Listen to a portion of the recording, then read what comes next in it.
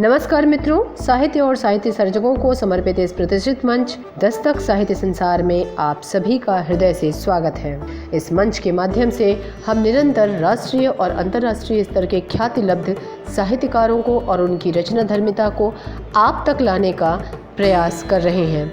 इसी क्रम में आज आपसे परिचित कराते हैं जकार्ता इंडोनेशिया की कवयित्री डॉक्टर नीता अग्रवाल जी का। जकार्ता इंडोनेशिया की निवासी डॉक्टर नीता अग्रवाल मूलतः स्त्री रोग विशेषज्ञ हैं। इन्होंने चिकित्सा क्षेत्र में MBBS और MS की उपाधि प्राप्त की। साहित्यिक अभिरुचि की डॉक्टर नीता अग्रवाल गीत, कविता, दोहा, छंद, लेख, उपन्यास तथा बाल कथाएं आदि लिखती हैं। इनका उपन्यास नेपथ्य काफ़ी चर्चित हुआ। इनका एक और उपन्यास बिरहाना रोड पर भी साहित्यिक चर्चा हुई है। कथात्मक रूप में हास्य पुट के संदेश देते हुए सरल भाषा में लिखे गए इनके साहित्य को इंडोनेशिया ही नहीं भारतीय साहित्य जगत में भी स्थान प्राप्त है। इसके साथ ही डॉक्टर नीता अग्रवाल ने संस्कृत भाषा में भी पारंपरिक लघु कथाओं का लेखन किया है। अनेक अंतर्राष्ट्रीय काव्य मंचों से इन्होंने काव्य पाठ किया है। डॉक्टर नीता अग्रवाल महिला काव्य मंच जकार्ता इंडोनेशिया की अध्यक्षा भी हैं।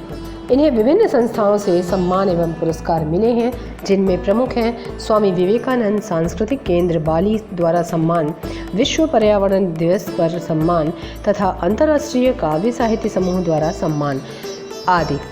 आइए स्वागत करते हैं दस्तक साहित्य संसार के इस प्रतिष्ठित मंच पर डॉक्टर नीता अग्रवाल जी का उनकी काव्य पाठ के साथ। मेरी कविता का शीर्षक है वो अजनबी। सुबह 6 बजे ही फोन की घंटी खनखनाई। ट्रिंग ट्रिंग की मधुर आवाज ने सबकी नींद उड़ाई। बोल रही थी उधर से पड़ोस के मुन्नू की मौसी की सहेली की ताई। तो ये उन दिनों की बात है जब पड़ोस के मुन्नू की मौसी की सहेली की ताई को भी चिंता रहती थी कि किसी घर में कोई बिटिया कुंवारी ना रहे। तो सुनिए, बोल रही थी उधर से पड़ोस के मुन्नू की मौसी की सहेली की ताई। जल्दी करो तैयारी, लड़का है तैयार, पंडित जी ने कुंडली है मिलाई। आज ही दोपहर 2 बजे होगी बिटिया की देखा दिखाई। तब मन का मासूम कोना कुछ कस मसाया।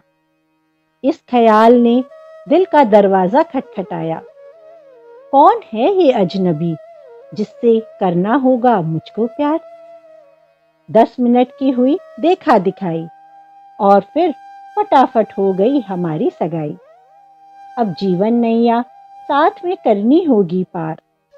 तब मन में आया धीरे से ये विचार, क्या इस अजनबी से कभी हमें हो सकेगा प्यार।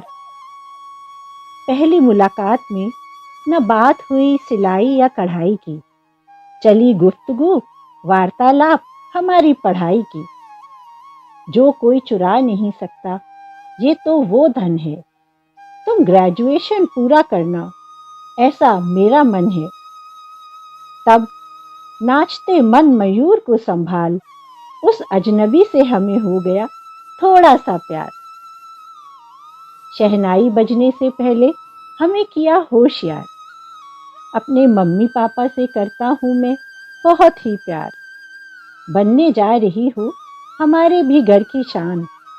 अब दोनों घरों का रखना तुम मान और सम्मान। तब रख सर माथे पे सुंदर संस्कार। उस अजनबी से हमें हो गया कुछ और भी प्यार। अब प्यार भले ही अभी थोड़ा ही हुआ था, लेकिन बच्चे होने थे, हो गए। तो सुनिए, बच्चे सिर्फ तुम्हारी जिम्मेदारी हैं ऐसा कभी नहीं बतलाया। जरूरत ही नहीं पड़ी खुद अपने व्यवहार से जतलाया। साथ हमारा निभाने को हर पल तैयार। चाहे गप्पू छोटू रात में दूध उलटते कितनी बार। तब पा ना स्वामित्व ना अहंकार। उस अजनबी से हमें हो गया और ज्यादा प्यार। ये खरीदें या वो खरीदें, दिखते कुछ डरी डरी। ऐसे मौकों पे पड़ती हमें डांट प्यार भरी। जो तुम्हें अच्छा लगे पूरी आजादी से करो, ना किसी और से, ना मुझसे तुम डरो। तब आंखों में देख प्रीत और मनुहार, उस अजनबी से हमें हो गया ढेर सारा प्यार। अब बचपन से ही पड़ोस की आंटी चाची याद दिलाती थी कि एक दिन ससुराल जाओगी तब पता चलेगा। तो उस पे कुछ पंक्तियां। जिंदगी बदल जाएगी, बचपन में सुनते थे झूठ, कम ही ऐसे पल हों जब जाते हों हम रूठ।